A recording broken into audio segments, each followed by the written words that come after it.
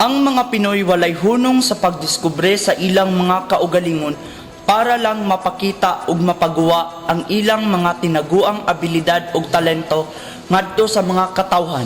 Busa ang syudad sa San Carlos mihimo og paindigay sa talento sa ikalimang higayon diin gihatagan og panahon ang mga drivers. Niadtong Hunyo 8, 2013, gihimo ang second elimination round sa maong contest diin 8 ka contestant ang nagtigi sa ilang talento ug 2 ka contestant ang gitugutan nga misulod sa sunod nga round kon finalist alang sa umaabot grand final sa Hunyo 30 ning tuiga. Sila si Rene Duyugan sa Barangay Punaw ug Anthony Bosquet sa Indrina Street, Barangay 5, maoy midaog sa ikaduhang elimination round sa paindigay sa talento.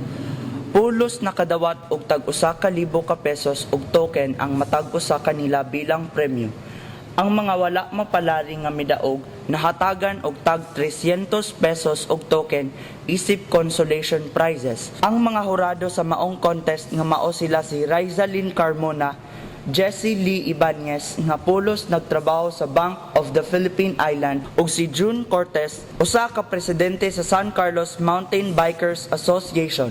Ang kriteria sa paindigay sa talento season 5 mao ang production number, confidence ug stage presence 20%, talent competition, mastery ug entertainment factor 40% ug Q&A, delivery ug value 20%.